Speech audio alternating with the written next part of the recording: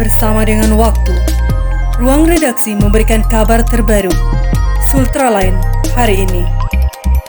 Rektor Universitas 19 November USN Kolaka Dr. Azhari menutup tahun 2020 dengan melakukan pelantikan dan pengambilan sumpah di 21 pejabat fungsional di Aula USN Kolaka, Senin 28 Desember 2020. Pelantikan ini tetap mematuhi protokol kesehatan COVID-19 dengan menjaga jarak, memakai masker, dan sebelum masuk ke aula terlebih dahulu mencuci tangan. Terlihat pula jalannya pelantikan dan pengambilan sumpah berlangsung secara khidmat yang dihadiri sejumlah pejabat struktural yang terdiri dari wakil rektor, dekan, dan kepala prodi. Sebelum berlanjut, jangan lupa subscribe channel Sultraline, nyalakan loncengnya agar Anda yang pertama mendapatkan informasi terbaru dari ruang redaksi kami. Dalam sambutannya, Azhari menjelaskan Satuan Kerja Satker USN Kolaka mulai melaksanakan arahan Presiden RI untuk melakukan perampingan atau penyederhanaan organisasi. Perampingan jabatan struktural tersebut dilakukan untuk meningkatkan kualitas pelayanan dan kinerja. Rektor USN Kolaka ini mengatakan pengangkatan pegawai pada posisi jabatan fungsional ini menjadikan masa kerja atau pengabdian menjadi lebih panjang. Ia berharap dengan pengangkatan tersebut, pegawai tetap menunjukkan peningkatan kinerja yang lebih profesional. Adapun aparatur sipil negara yang diberhentikan pada jabatan struktural dan diangkat pada jabatan fungsional sebagai berikut: Rasmaja, Irfan Darmawan, Abdul Sair Muhammad Saleh, Syarifuddin Burhan, Indrayati, Nam Nurlaili, Robe, Redi, Agustika, Jumran, Tahir, Abdul Qadir, Andi Salman Muhlis, Lete, Indra Gandhi, Amir Ansar, Nuhra, Parkalis, Lukimon, Dr. Gigi Asma, 20 Muhammad Yuliadin, dan Rahman Syawal. Usai melantik, Rektor USN Kolaka melakukan bincang-bincang ke sejumlah awak media yang membahas berbagai macam potensi yang ada di Sulawesi Tenggara. Ia juga memaparkan kemajuan USN Kolaka ke depannya dengan hadirnya gedung baru di kampus baru di Tanggetada dan kampus B yang berada di Buton Tengah. Peraturan Menpan itu, keputusan Menpan, sekarang itu sudah dilaksanakan untuk semua organisasi yang di level pusat. Jadi kementerian-kementerian itu sudah melaksanakan, termasuk kita, kemudian turun ke satker kita seperti USN, satker, kemudian instansi vertikal itu rata-rata sudah melaksanakan, seperti Kemenak, Kanwil Agama, kemudian Kanwil BPN, itu semua sudah melaksanakan, termasuk di kampus-kampus negeri sebagai instansi vertikal dari Kemendikbud juga melaksanakan itu.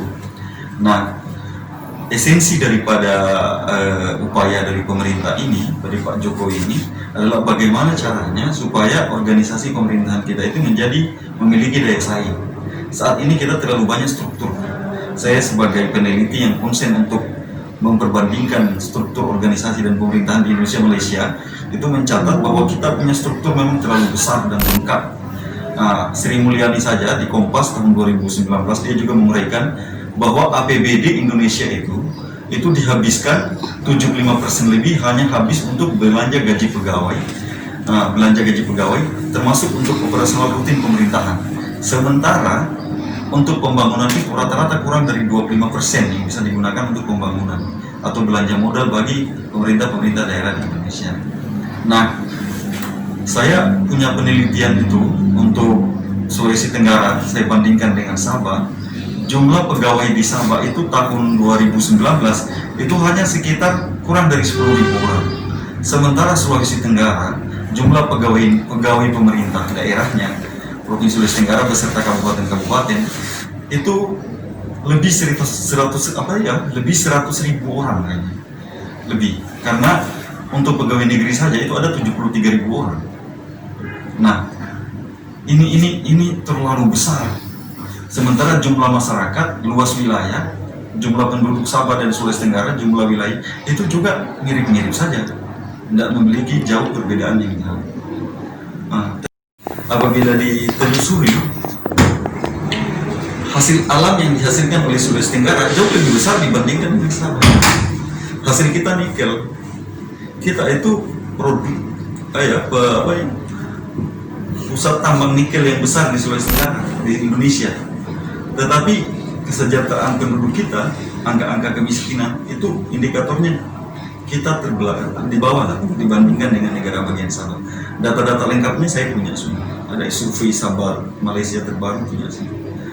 Dan inilah yang menyebabkan salah satu faktor kenapa kita punya pemerintahan itu tidak memiliki daya saing untuk mensejahterakan warga negaranya.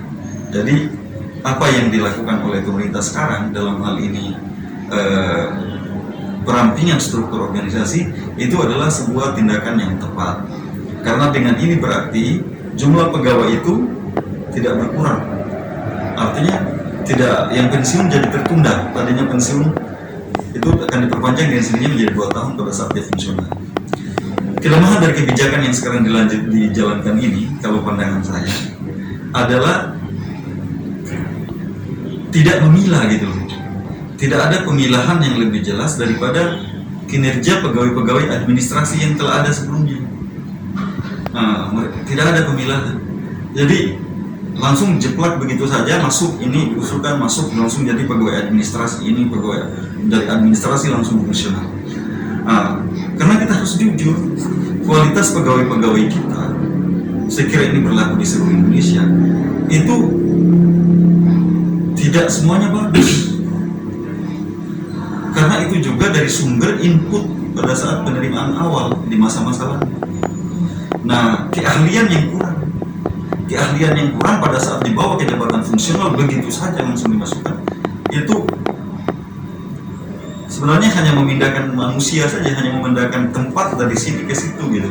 Tapi produktivitas, efisiensi itu akan kurang. Tapi apapun juga langkah yang dilakukan pemerintah sekarang itu jauh lebih baik dibanding tidak melakukan seperti yang sekarang.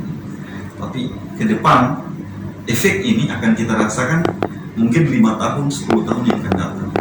Tapi kalau dalam waktu dekat sepertinya efeknya akan kurang. Salah satu penyebab efek daripada kurang gesitnya organisasi tadi, bahwa tadi tata cara untuk seleksi dari jabatan struktural menuju jabatan fungsional itu tidak dilakukan dengan parameter yang jelas. Jadi kalau bisa, saran saya sebagai seorang akademisi dan yang konsen untuk bidang kebijakan publik dan birokrasi publik, saya menyarankan ke depan apabila itu sudah mau diterapkan pada birokrasi pemerintahan daerah untuk perampingan organisasi, khususnya jabatan struktural administrasi kepada jabatan fungsional, kalau bisa dilakukan pentahapan yang jelas. Pentahapan yang jelas dalam arti ya dipilah. Orang difungsionalkan itu artinya memiliki keahlian khusus teknis. Kalau yang tidak memiliki keahlian teknis, ya dicarikan jalan lain supaya roda organisasi itu berjalan dengan bagus. Karena kita akan menuju pada sistem kepegawaian yang merit system. Merit system itu berarti keahlian perorangan, keahlian seseorang dalam melaksanakan pekerjaannya. Bukan lagi yang penting ada masuk kantor, absen, selesai, pulang, dapat gaji. Nah, ini yang kalau seandainya diterapkan, ini juga akan menjadi filter daripada intervensi politik di pemerintahan daerah. Karena seseorang yang jadi pegawai dengan sendirinya memiliki kapasitas, kemampuan, skill yang dibutuhkan oleh organisasi. Saya kira itu. Kalau kalian muat itu bisa terus nasional. Untuk diketahui, USN Kolaka sebagai salah satu PTN baru saat ini tengah intens melakukan berbagai upaya atau terobosan secara berkelanjutan dalam rangka meningkatkan daya saing baik di bidang pendidikan dan pengajaran, penelitian maupun pengabdian masyarakat yang menjadi fungsi Tridharma perguruan tinggi. Dari Kompleks Blok M di Kendari, jurnalis Ultraline Sri mengabarkan untuk Anda.